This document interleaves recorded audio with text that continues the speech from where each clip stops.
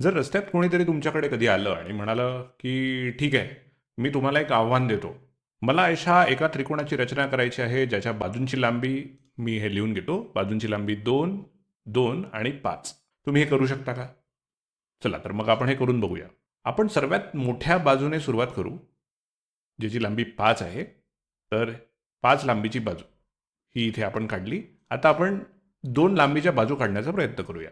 ठीक आहे. साहजिकच त्रिकोणाची प्रत्येक बाजू इतर प्रत्येक बाजूला जोडलेली असते. तर ही 2 लांबीची बाजू एक अशी दिसेल आणि ही दुसरी एक 2 लांबीची बाजू अशी दिसेल.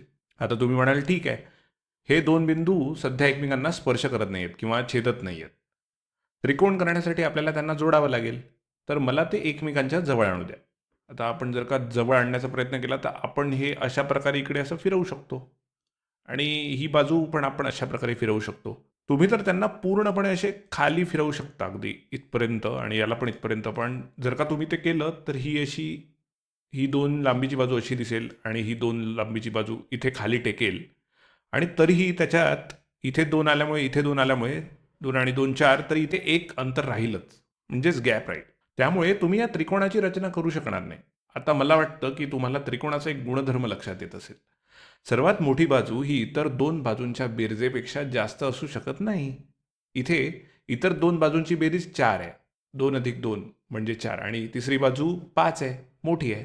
आणि जरी ती बाजू इतर 2 बाजूंच्या बेरजे इतकीच असली तरी तुम्हाला एक शून्य क्षेत्रफळाचा त्रिकोण मिळेल, ज्याला आपण डिजनरेट त्रिकोण म्हणतो. तर आपण तसा काढून बघू. तर आता आपण 2, 2 आणि 4 या लांबीच्या बाजूंचा एक त्रिकोण काढूया.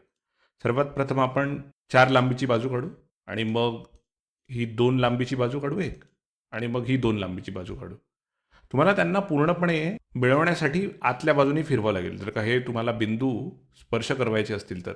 आणि मग ही 2 आणि ही 2 आणि तुम्ही अशी पूर्ण खाली फिरवाल तर तुम्हाला दिसेल की हे एकाच बिंदूमध्ये मिळतात आणि मग इथला जो कोन आहे तो 0 अंश होऊन जातो. पण आता काय होईल, या त्रिकोणाला काहीही क्षेत्रफळ राहणार नाही, कारण की याच्या सर्व बाजू बंद झाल्या. तर याला आपण अपकर्षित त्रिकोण किंवा डिजनरेट ट्रायंगल असं म्हणतो. तर म्हणजेच काय, तुम्हाला जर का एक नॉन डिजनरेट म्हणजेच असा त्रिकोण काढायचा आहे की जो अपकर्षित नाही, तर इतर 2 बाजूंची बेरीज सर्वात मोठ्या बाजूपेक्षा जास्त असणं आवश्यक आहे. तर उदाहरणार्थ तुम्ही जर का 3, 3 आणि 5 या लांबीच्या बाजूंचा त्रिकोण काढाल, तर आपण खाली 5 लांबी काढू शकतो आणि मग आपण 3 लांबी असलेली बाजू आणि मग 3 लांबी असलेली अशी बाजू काढू शकतो आणि असा त्रिकोण तुम्ही नक्कीच काढू शकता.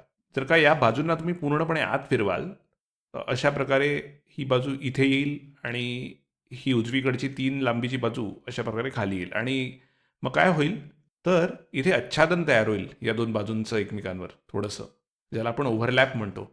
जर तुम्ही एक असा त्रिकोण बनवण्याचा प्रयत्न केला जो अपकर्षित नाही आहे, तर इथे आच्छादन तयार होईल आणि त्याच्यामुळे या आच्छादित बाजूंना बाहेर काढून तुम्ही नक्कीच एक त्रिकोण बनवू शकता, जो एक योग्य त्रिकोण असेल.